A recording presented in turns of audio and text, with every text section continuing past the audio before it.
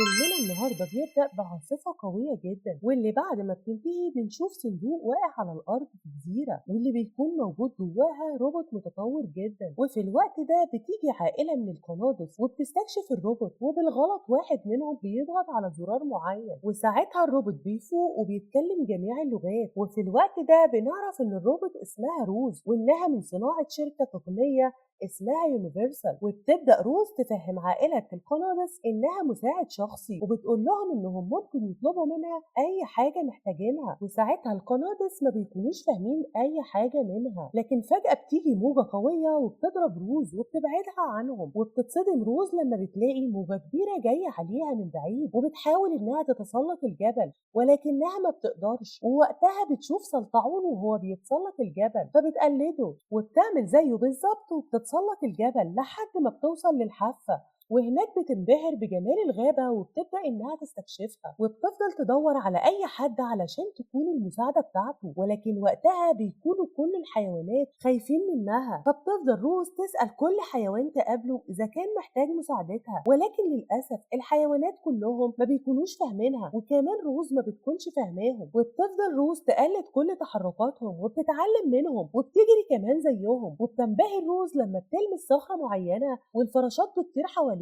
وفجأة بيتجمعوا كل الحيوانات وبيهاجموا بعض زي أي مفترس وفريسة، وبيخبطوا روز وبيوقعوها على الأرض. وساعتها روز بتفعل شريحة التعلم وبتفضل قاعدة مكانها، وبتفضل كمان تراقب تصرفات الحيوانات وأفعالهم وطريقة كلامهم مع بعض. وبعد مدة روز بتقدر إنها تفهم لغة الحيوانات وبتسمع لهم كمان وهم بيقولوا عليها إن هي وحش. وبالرغم من كده روز بتشكرهم جدا، وده لأنهم علموها اللغة بتاعتهم. وبتبدأ روز إنها تعرفهم على نفسها وبتسألهم إذا كان حد منهم محتاج لمساعدتها. وفي الوقت ده بيجي حيوان من الحيوانات وبيخبط روز وبيوقعها على الأرض. ولما روز بتيجي تقوم من تاني كل الحيوانات بيترعبوا منها وبيطلعوا يجروا بسرعة. وبعد شوية روز بتطلع على قمة الجبل وبتقول إنها لازم ترجع للمصنع، ولكن بمجرد ما بتشغل جهاز الإرسال البرق بيضربها. وبعد فترة روز بتفوق وبتكتشف إن أجزائها كلها اتفككت، وبتعرف إن ده حصل بسبب حيوانات الراكون، واللي بنفهم إنهم بيدوروا على أي حاجة تلمع. وساعتها روز بتتحكم في إيديها المخلوعة وبتضرب واحد منهم وبترجع عينيها، وكمان بتحاول إنها تسترجع الشريحة بتاعتها ولكنها بتتقهر.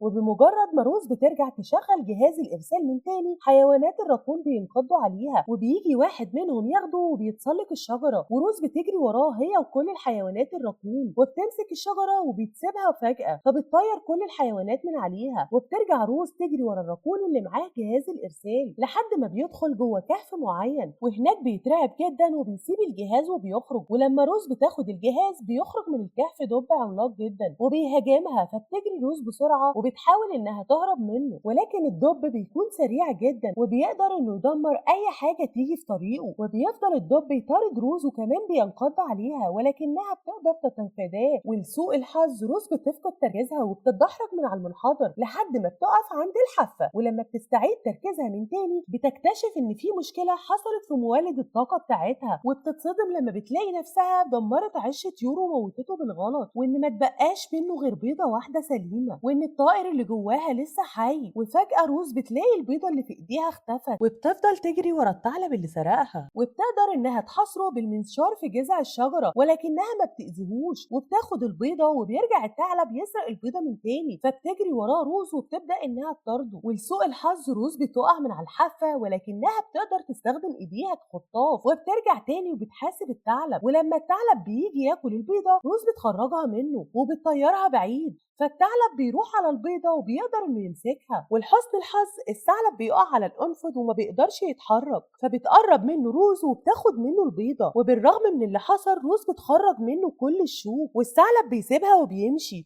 وبمجرد ما بتخرج البيضة بتلاقيها على وشك إنها تفقس، وبتحاول روز إنها تمنعها بكل الطرق. وبالرغم من كده البيضة بتفقس وبيخرج منها وزة صغيرة. تفهم كمان إن روز تبقى والدتها، ولكن روز بتحطه على الأرض وبتقوله إن كده مهمتها انتهت. وكمان بتشغل جهاز الإرسال وبتنطلق علشان تدور على مكان الإشارة. وساعتها الوزة الصغيرة بتفضل ماشية وراها لأنها بتفتكر إن هي مامتها، وكل ما روز بتبعد عنها الوزة بترجع لها من تاني. وبمجرد ما بيشتغل جهاز الإرسال الوزة بتطلع على راسها وبتدمره. وفي الوقت ده روز بتشوف عيلة من حيوانات الأبوسم، واللي بمجرد ما بيشوفوها بيمثلوا إنهم ميتين، ولكنهم بعدها بيستغربوا إنها ما قتلتهمش. وعلشان كده بتروح لها الأم وبتسألها لو الإوز ده يبقى ابنها، فبتقول لها روز إنها ما تعرفوش وإن هو بيعيق حركتها ومستحيل تقدر تتخلص منه. وساعتها الأم بتوضح لها إن الإوز ده لسه صغير وشايف إنها والدته، وبتقول لها كمان إنها لازم تهتم بيه. فبتقاطعها روز وبتشرح لها إنها مش مبرمجة على إنها تكون أم، وإنها لازم ترجع للمصنع اللي صنعها. فبتقول لها الأم إنها لازم تساعد الإوز الصغير ده وتأكله وكمان تعلمه الطيران، وده قبل نهاية فصل الخريف وإلا هيموت من البرد. وبمجرد ما روز بتسمع كلمة مساعدة بتفهم إن في مهمة مطلوبة منها، وكمان بتأجل فكرة رجوعها للمصنع وبتاخد الإوز الصغير وبتبدأ كمان إنها تهتم بيه وترتب الحاجات اللي هتعلمها له، وبتحاول إنها تأكله ولكنها ما بتكونش عارفة هو بياكل إيه. في الوقت ده بيكون الثعلب مراقبها من بعيد وبيشوف روز وهي بتعلمه العوم، ولكن للأسف بتغرق وبيجي واحد من القناص وبينقذه. ولما الثعلب بيلاقي روز محتارة فبيروح لها وبيعرفها على نفسه وبيقول لها كمان إن اسمه فينك وإن هو ممكن يساعدها. وبمجرد ما فينك بيفهم إنها ممكن تنفذ أي حاجة هيطلبها منها فبيقرر إنه يستغلها، وبيقول لها إنهم لازم يأكلوه وبيطلب منها تخرج محار كتير من البحر، ووقتها الإوز ما بياكلوش وفينك هو اللي بياكله كله، وكمان بيخليها تقلد الدب وبتشتت النحل، وبيروح هو يسرق العسل كله. وبيروحوا كمان يسرقوا سمكة من الدب اللي بيجري وراهم وبيطاردهم ولكنهم بيهربوا منه. وفي نهاية اليوم بيكون فينك أكل كتير جدا وروز بتفضل تلومه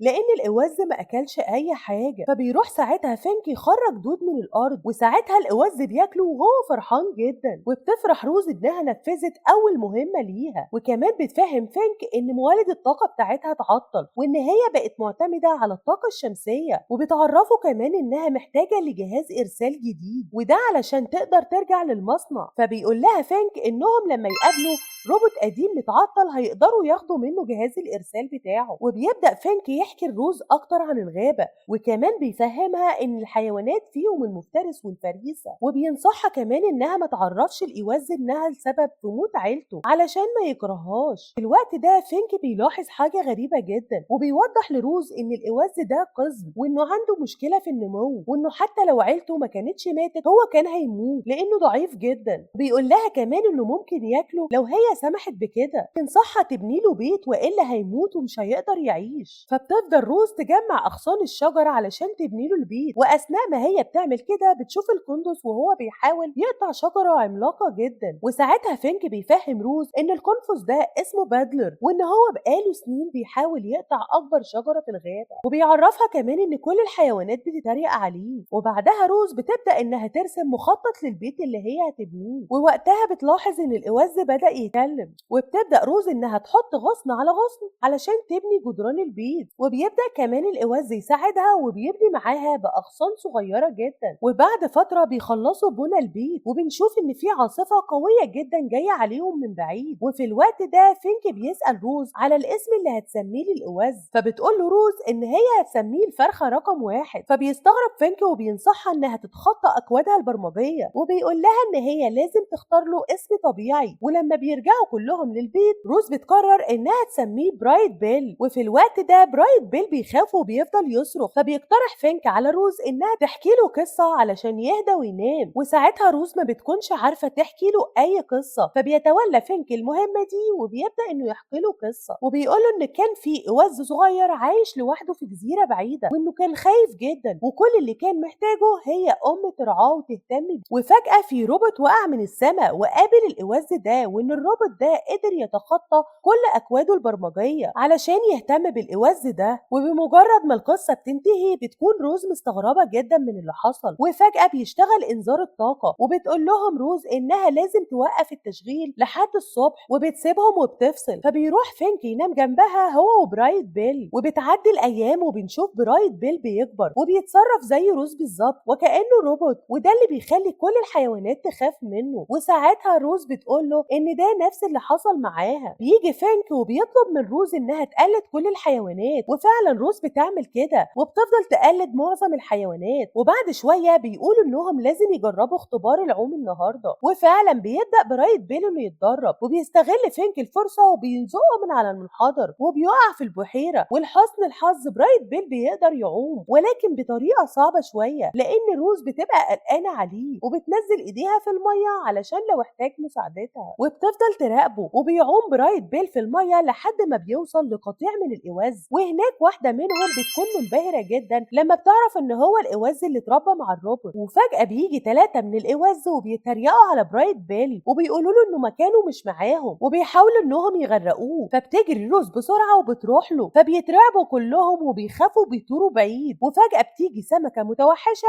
وبتهاجم برايت بيل وبتحاول انها تاكله، فبتخاف روز عليه جدا وبتجري بسرعه علشان تروح له، ولكن للاسف رجليها بتدخل ما بين صخرتين وما بتقدرش تتحرك. وبالرغم من كده بترمي الصخور على السمكه وبتحاول انها تشتتها. ولما السمكه بتقرب من برايت بيل وبتكون على وشك انها تنقض عليه، بتخرج روز ايديها وبتنقذه، وبتكون فرحانه جدا انها قدرت تنقذ برايت بيل. وفي الوقت ده بيرجعوا قطيع الإوز وبيفهموا برايت بيل إن السمكة دي هجمته علشان هو قزم، وإنه مستحيل يكون إوز طبيعي بحجمه وشكله ده. وبيفضلوا كلهم يتريقوا عليه لأنه فاهم إن روز تبقى هي والدته، وبيعرفوه كمان إن روز هي السبب في موت عيلته. وفي الوقت ده بيتضايق فينك جدا وبينقض عليهم علشان ياكلهم، ولكن روز بتمنعه. ووقتها برايت بيل بيكون مصدوم جدا من الكلام اللي سمعه وبيتضايق وبيسيبهم وبيمشي. ولما بيرجعوا كلهم للبيت بنشوف ان رجل روز اتدمرت بالكامل بسبب اللي حصل في البحيرة. وساعتها برايت بيل بيتكلم معاها وبيطلب منها انها تحكي له اللي حصل لعيلته وهل فعلا هي السبب في موتهم. فبتعرفه روز ان ده كان حادث، وبتقول له كمان انها لو كانت قالت له اكيد كان هيتأثر. فبيحزن برايت بيل جدا وبيقول لها انه بسببها عمره ما هيكون أواز طبيعي، وعمره ما هيتعلم الطيران ولا هيكون واحد من القطيع. وبيتعصب جدا وبيقول لها إنها ما عندهاش أي مشاعر وإنها ما بتفهمش، وبيسيبها وبيمشي. فبتحزن روز جدا وبتمشي وبتروح للشط، وهناك بتلاقي ورقة الإرشادات بتاعتها، وكمان بتلاقي قطع من نسخ كتير من الروبوتات، ولكن معظم القطع دي بتكون اتعطلت وبدون أي فايدة. وبتفضل روز تجمع القطعة دي مع بعض لحد ما بتقدر انها تشغل روبوت فيهم. وساعتها بتشوف اعلان لشركة يونيفرسال، وبتعرف ساعتها انها مصممة لمساعدة البشر مش الحيوانات، وبتطلب من الروبوت انه يساعدها في مهمتها، وبتوضح له انها تخطط كل اكوادها البرمجية وانها بقت تاخد قرارات من قلبها بالرغم من انها ما عندهاش قلب اصلا. فبيستغرب الروبوت جدا وبيطلب منها انه يفحصها، ولما بيجي يعمل كده روز بتنور وبتخرج ضوء قوي جدا. ولما الروبوت بيخلص فبيقول لها ان هي فعلا اتخطت كل اكوادها البرمجيه وانها كمان انشأت خوارزميات جديده، وكمان بيفهمها ان هي كده فيها عطل ولازم ترجع للمصنع، وبيقدم لها جهاز الإرسال بتاعه. وبعد شوية فينك بيروح لروز واللي بتكون موجودة على قمة الجبل، وبيقول لها إن هو فضل يدور عليها في كل مكان. وفي الوقت ده روز بتركب جهاز الإرسال في مكانه وبتقول لفينك إنها لازم ترجع للمصنع تاني، وده علشان يعيدوا برمجتها من تاني. وبيبان على روز إنها حزينة جدا لأنها ما قدرتش تساعد برايت بيل، وبيظهر قد إيه هي مفتقداه. فبيستغل فينك الفرصة وبيقول لها إنهم خلاص بقوا في فصل الخريف وإنهم لازم يعلموا برايت بيل الطيران وإلا هيموت من البرد. فبتخلع روز جهاز الإرسال وبتروح لبرايت بيل، وكمان بتطلب منه إنه يسمح لهم إنهم يساعدوه. وبالرغم من إن برايت بيل بيكون رافض الفكرة جدا، إلا إن روز بتكون مصرة إنها تساعده علشان ما يعرضش نفسه للخطر، وكمان علشان يكون واحد من القطيع. فبيضطر برايت بيل انه يوافق، وبتبدا روز انها تعلمه وبتشرح له قواعد الطيران، وكمان بتعلمه ازاي يفرد جناحاته. وبتروح روز تحطه على كتفها وبتجري بيه، ولكنها للاسف بتقع بسبب رجلها المكسوره، وبالليل بتروح تبني رصيف، ولما بتخلص بتتفاجئ ان بادلر صنع لها رجل من خشب، وبتستمر روز في الجري وبرايت بيل على كتفها لحد ما بيطير، لكنه للأسف ما بيكونش متمكن كفاية وبيقع. وفي الوقت ده فينك بتجيله فكرة وبيروح يطلب المساعدة من طائر تاني، وفي تاني يوم بيجي الصقر وبيفهم برايت بيل إنه مش معنى إن أجنحته صغيرة يبقى مش هيقدر يطير بمهارة، وبينطلقوا هما الاتنين وبيفضل الصقر يعلم برايت بيل الطيران. وساعتها روز بتصنع لهم حواجز علشان يعدوا منها، وفعلا بنلاحظ إن برايت بيل اتطور كتير في الطيران وبيفضل طول اليوم يتدرب مع الصقر. ومن ناحية تانية بيجي واحد من الإوز وبيعرف روز على نفسه وبيقول لها إن اسمه لونج نيك وإنه واحد من قطيع الهجرة، وبيفهمها إنه كان مراقبها من مدة طويلة جدا وإنه فخور جدا باللي هي عملته علشان برايت بيل. فبتشكره روز وبتسأله عن ميعاد هجرتهم وهل برايت بيل ينفع ينضم ليهم، فبيقول لها لونج نيك إنهم هيهاجروا بعد أسبوع وإن برايت بيل ممكن ينضم ليهم، ولكنه لازم يتدرب على تحمل الطيران لفترات طويلة جدا، وكمان بينصحها إنها تخليه طاير طول اليوم وما تنزلوش على الأرض غير بالليل. وبيوضح لها إن هو متفاجئ من إن برايت بيل وصل للمرحلة دي بالرغم من إنه عنده مشكلة في النمو، وبيطلب منها تعلمه التحمل وبيسيبها وبيطير. وفعلا روز بتبدأ إنها تعلم برايت بيل التحمل، وكمان بتخليه يسحب فينك في النهر، وكمان بتخليه يشيل الصخور على أجنحته، وبتعلمه ازاي يطير وسط الرياح الشديدة. وبتفضل روز تدرب برايت بيل يوم ورا التاني لحد ما بتتأكد انه خلاص بقى جاهز. وبعدها روز هي وفينك وبرايت بيل بيروحوا لقطيع الإوز، وهناك بيقابلوا لونج اللي بيرحب بيهم جدا وبيقول لبرايت بيل انه هيكون سعيد جدا لو انضم للقطيع بتاعه، وبيوضح له ان الرحلة دي هي هدية روز ليه، وبيفهمه كمان ان مفيش اي وز في القطيع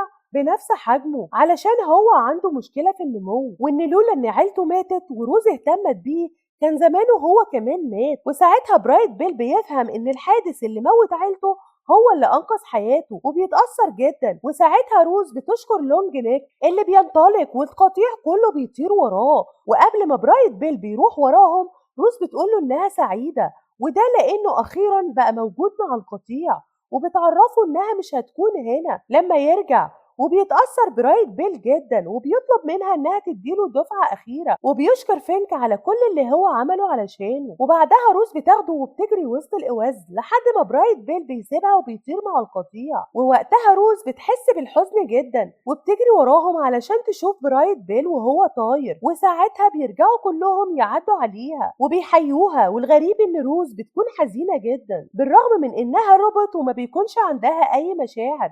وبعد شوية بيجي فينك وبيسأل عن اللي هم هيعملوه، فبتقول له روز ان هو دلوقتي لازم يرجع لحياته الطبيعية تاني. فبيحزن فينك وبيقول لها انها مش مضطرة ترجع تاني للمصنع، لكن روز بتقول له انها متبرمجة على كده. فبيفهمها فينك ان هو هيرجع كده يعيش لوحده في الجحر بتاعه، وبيحزن جدا وبيسيبها وبيمشي. وفي الوقت ده بنلاحظ ان فصل الشتاء بدأ، وبنشوف كل الحيوانات وهم بيستعدوا للبيات الشتوي بسبب العاصفة اللي بتقرب منهم. ومن ناحية تانية بنشوف روز اللي بتوصل لقمة الجبل، وهناك بتشغل جهاز الإرسال والإشارة بتوصل لمقر الشركة، وبنروح بعدها للقطيع الإوز واللي بيكونوا طايرين في السماء. وبنشوف برايت بيل وهو حزين جدا لأنه ما شكرش روز، وفجأة بيقابلوا عاصفة قوية جدا وبيقرروا كلهم إنهم يدوروا على مأوى، وبيدخلوا كلهم في واحدة من مستعمرات البشر، وبتكون المستعمرة دي بيبقى موجود فيها حقول من الذرة. وفجأة برايت بيل بيشوف روبوتات كتير، ولما بيقرب منهم بيفرح جدا، وده لأنه بيكون فاكر إن هي روز، ولكن الروبوت ده ما بيكونش روز وبيكون منه نسخ كتير جدا. وفجأة بيشتغل جهاز الإنذار وكل الروبوتات بيحاولوا إنهم يمسكوا الإوز، ولما لونج بيلاحظ إن برايت بيل مش خايف فبيطلب منه إنه يقود القطيع ويدور لهم على مخرج آمن، ولكن للأسف الآلات بتخرج عن السيطرة وبتتسبب في فوضى كبيرة. وساعتها بيظهر روبوت متخصص في القتال وبيهاجم الإوز بالليزر، فبيطلب لونج من القطيع انهم ينفذوا اوامر برايت بيل وبيعرفهم ان هو هيشتت الروبوت. وفعلا برايت بيل بيقود القطيع بمهارة شديدة جدا وبيخليهم يتفادوا هجمات الليزر بأعجوبة، وكمان بيخلي الروبوتات تعمل فتحة في المستعمرة وبيغير اتجاهه علشان يخرج هو وباقي القطيع من الفتحة دي. واللي قبل ما بيوصل لها الروبوتات بيبصوا على برايت بيل وبيكونوا على وشك انهم ولكن لونج بيتدخل وبيهاجم الروبوت وبيشتته، وما بنعرفش القذيفة دي صابت مين. وبنرجع تاني لروز اللي بتتخض من وجود فينك في بيتهم، وبتعرفه انها وقفت جهاز الارسال ده، وده علشان تتاكد ان برايت بيل هيرجع ولا لا. فبيفرح فينك جدا وبيعرفها انه رجع هنا علشان الجحر بتاعه بارد جدا، وان العاصفه دي اسوأ من اي عاصفه. وساعتها روز بتفهمه ان في حيوانات تانية في خطر، وبتاخده وبيخرجوا للغابه وبيتحركوا وسط الجليد وبيفضلوا يدوروا، وكمان بيبداوا انهم ينقذوهم واحد ورا التاني. وبيرجعوا للبيت، وبعد فتره بنلاحظ ان البيت بقى عباره عن محميه موجود فيها كل الحيوانات اللي في الغابه. وفي الوقت ده روز بيبان عليها التعب، وده لان طاقتها بتكون على وشك النفاذ، وبالرغم من كده بتقرر انها تنقذ اخر حيوان وتشيل الدب وترجعه للبيت. ومن ناحية تانية بنشوف فينك اللي بيحاول يسيطر على الحيوانات، ولكن كل محاولاته بتكون بدون اي فايدة. وفجأة بتدخل روز مع الدب اللي بيكون لسه نايم، ووقتها روز ما بتكونش قادرة انها تتحرك، وبتطلب من فينك انه يهدي الحيوانات. فبيتعصب فينك جدا عليهم وبيخليهم يسكتوا، وبيقول لهم انه عارف ان معظمهم بيكرهوا بعض، وبيعرفهم ان بفضل روز كلهم لسه عايشين، وبيفكرهم قد ايه هم كانوا وحشين معاها وبيقولوا عليها وحش. وبالرغم من كده هي ما تخلتش عنهم وخاطرت بكل حاجه علشان. وساعتها بتتكلم روز معاهم وبتقول لهم انها عارفه ان كل واحد منهم عنده غريزه، ولكنهم لازم يسيطروا على نفسهم، وبتقترح عليهم انهم يعملوا هدنه. وفجاه بيتكلم الدب وبيقول لهم انه مش هيهجم على اي حد، وبيسيبهم وبينام. وساعتها الحيوانات كلهم بيقربوا منه وبيناموا جنبه، وفينك بيروح ينام جنب روز اللي بتفصل تماما. وبتعدي الايام وبينتهي فصل الشتاء، وبترجع روز تشحن من تاني باستخدام اشعه الشمس، واللي بتجري لما بتسمع صوت قطيع الإواز راجع. وبمجرد ما بتوصل بتلاقي برايت بيل راجع معاهم، وبتفرح جدا انه لسه عايش، وكمان بتلاحظ ان الكل فخور بيه، وبيقولوا لها انه لولا هو كان القائد بتاعهم كان زمانهم ماتوا. وساعتها بيبان على روز انها سعيده جدا لان برايت بيل اخيرا لقى مكانه، وبتقول له ان بكده مهمتها انتهت. وفجاه بيجي فانك وبينقض على برايت بيل وبيكون فرحان، فبيشكروا برايت بيل وبيفهموا انه لونج نيك ضحى بحياته علشان ينقذه. وبمجرد ما برايت بيل بيعرف ان روز لسه هنا بيفرح جدا وبيكون عاوز يتكلم معاها، وبيرجع بسرعه للبيت ولكنه ما بيلاقيهاش. وفي الناحيه تانية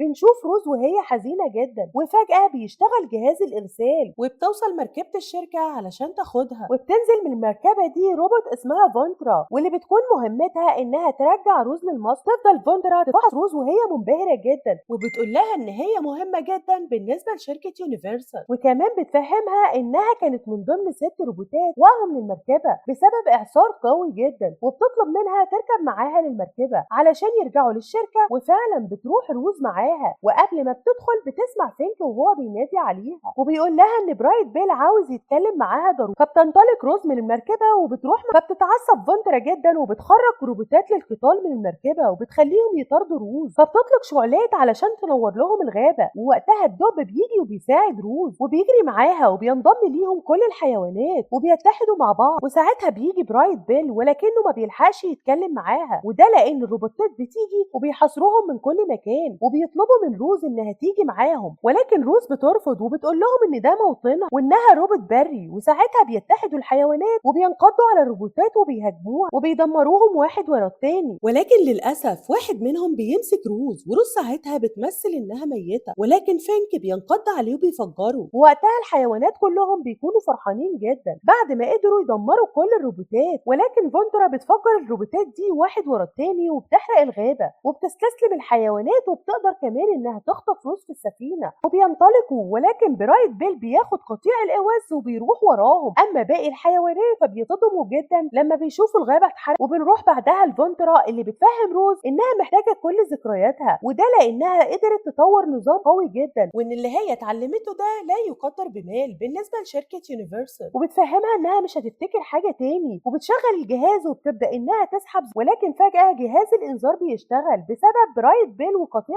بيهاجموا المركبه، وبيطير برايت بيل لفوق في السماء وبينزل بسرعة وبيدخل جوه المركبة. وبالرغم من ان جناحه بيكون اتكسر الا انه بيدور على روز لحد ما بيلاقيها، ولكنها للاسف ما بتكونش شغالة. فبيحزن برايت بيل جدا وبيحضنها وبيقول لها ان هو بيحبها وهيفضل يعتبرها والدته. وساعتها روز بتشتغل من تاني وبتقول ان هي كمان بتحبه. فبتتصدم فونترا من اللي حصل وبتتفاجئ لما بتشوف روز بتتحرك وما بتكونش فاهمة ازاي ذكرياتها ما اتمسحتش. وبنروح بعدها للصقر اللي بيغير اتجاهه المدفع وبيخليه يصيب المركبة وبيسبب فيها عطل. ومن ناحية تانية بنشوف فونترا بعد ما بتقدر إنها تسيب روز وبتحاصرها وبتفهمها إنها لازم ترجع معاها علشان يعملوا عليها فحوصات، ولكن روز بتخدعها وبتشغل المغناطيس اللي بيسحب فونترا، واللي قبل ما بتتدمر بتقول لروز إنهم هيفضلوا يجوا هنا علشان ياخدوها. وبمجرد ما فونترا بتتدمر روز بتعمل فتحة في المركبة وبتنط منها وهي ماسكة برايت بيل وبتنفجر المركبة، ولأن برايت بيل جناحه مكسور روز بتخرج المولد بتاعها وبترميه وبتحط برايت بيل مكانه وبتقفل عليه وبتستعد للاصطدام وبتحول نفسها لكورة وبتتصدم بالمية صدمة قوية جدا. وبنرجع تاني للحيوانات وهم بيجروا خايفين من النار اللي بتحرق كل حاجة تيجي في طريقها. وبعد شوية بيوصلوا كلهم لبادلر